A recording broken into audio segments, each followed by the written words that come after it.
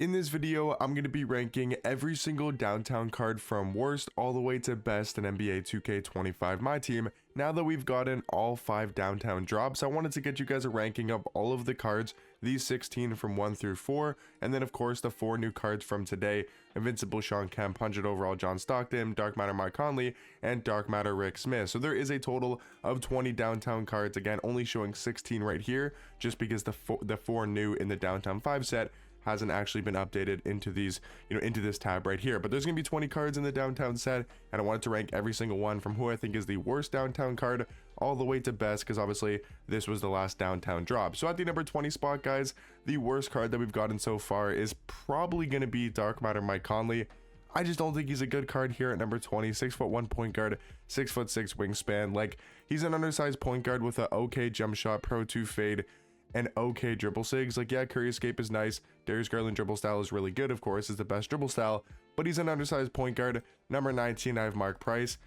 Just because he's got a better jump shot, and he also does have like better dribble sigs, but he's another 6-foot point guard who's undersized, so he's not going to be all that amazing. Number 18, I do have 100 overall John Stockton, because yes, he's undersized just like Mark Price and just like Mike Conley, but he is going to have those 99 stats, so having better stats across the board is going to help him defensively and just help him being undersized. He's also got way better badges in the last 2 cards we've talked about, obviously having 31 Hoffs compared to 24, and jump shot wise, not a great jump shot either. Mike Price definitely has the better jump shot, but he has better sigs across the board, also the Pro 2 fade with the Alex Caruso motion style. None of these point guards are good so far, but I do think Stockton is the best so far. Number 17 is going to be Dark Matter Dennis Johnson, only because of his height and has a good jump shot. 6'4" point guard with a 6'7" wingspan.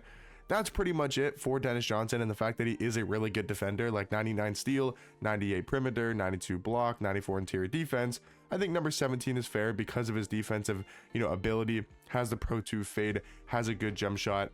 The SIGs aren't great though, the SIGs could be a lot better, but I do think Dennis Johnson is okay at the point guard position.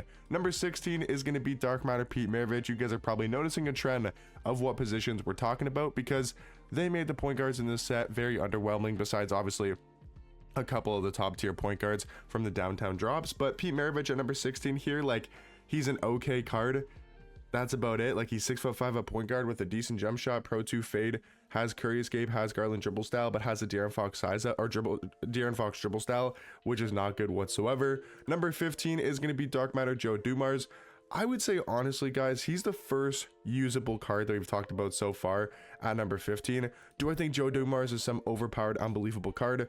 No, but he's got a good jump shot. He's got the Pro 2 fade. He has the best dribble sigs in this game. He's a really good defender, stats and badges wise. He's the first card that we've talked about, ranking these cards from worst to best at number 15, that I would say is actually a usable card that I wouldn't maybe recommend you guys to use, but if you wanted to use a Joe Dumars card and you wanted to use him, he's not bad and he's definitely usable. Number 14 is going to be Dark Matter Kevin Martin. He's just an okay shooting guard, 6'7" at the 2, 6'10" wingspan.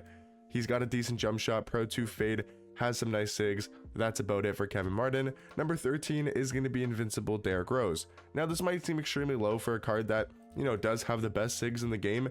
His jump shot's just not good though. Honestly, he's an undersized point guard, only 6'3", and he doesn't have a good jump shot. For example, at number 12, I'm taking Julius Randle over him, because at number 12 with Julius Randle, you get a taller card at his position. He's still going to have the 99 stats. Sure, he doesn't have the legend badges, but he's still got really good Hoff badges, and his sigs aren't much worse. Like, he's got Garland dribble style, Steve Francis size up, Kemba escape. He's got a better jump shot, Pro 2 fade.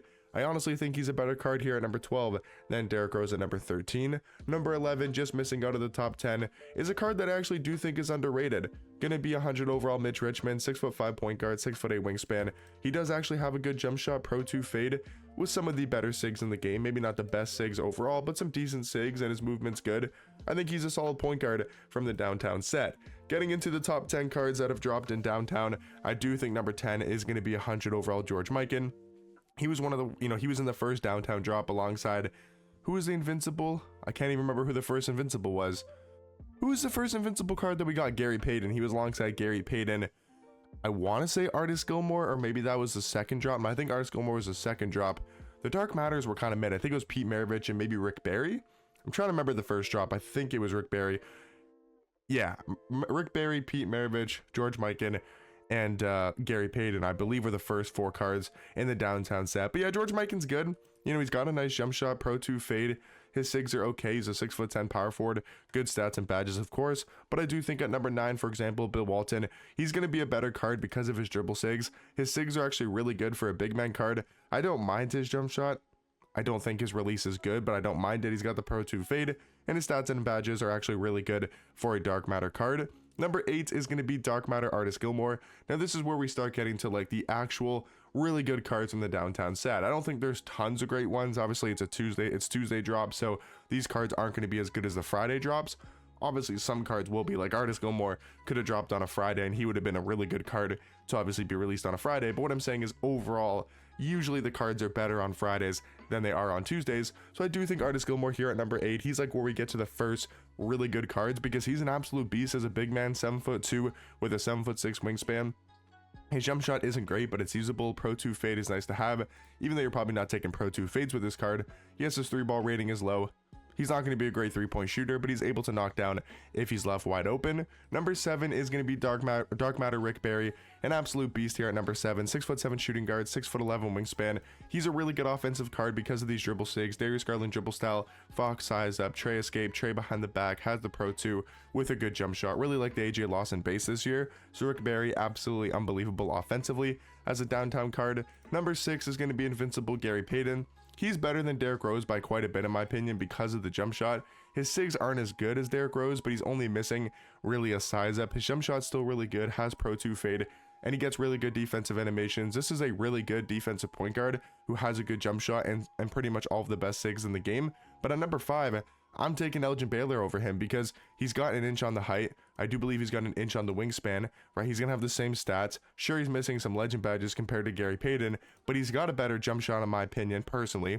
They both have Pro 2, or at least Gary Payton does have Pro 2. Yeah, they both have Pro 2, but then dribble SIGs wise, he's got a better moving step back, which is Zach LaVine, so his snatchback animation is a lot better compared to GP's, and he's also got the Steve Francis size up, so you get a little bit taller of a point guard, you know, a little bit more of the wingspan, you get a better jump shot, and better dribble SIGs. Not by a whole lot do I think Elgin Baylor is better than Gary Payton. He's definitely better for his price, and I think overall is a better point guard. Number 4 is going to be Dark Matter Rick Smith, one of the new, you know, downtown cards in this game, and Rick Smith could be potentially a little bit higher. There's just the 3 invincible cards that they're invincible, so they're probably going to be better just because we'll talk about those cards here in a second. But Rick Smith is an absolute dog, 7'4", can play center power forward, 7'8" wingspan. This is a beast of a card. I mean, the fact that he can run power forward is really nice. His jump shot's really good. He's like a Taco Fall, a Mark Eden, a Wemby, but can play the power forward position. He's an unbelievable card. One of the best cards that we've seen in the downtown sets. But now getting into the top 3, like, do I think he's a better card than Shawn Kemp? Probably not. Is he maybe more worth it than Shawn Kemp? Potentially, yeah, because of his price. But this card, I mean, really good jump shot, Pro 2 fade, the best dribble SIGs in the game. He's a 6'10" small forward who is one of the best small forwards in this game. Like, he's a top 5 small forward. I don't think Rick Smith is anywhere near a top 5 center.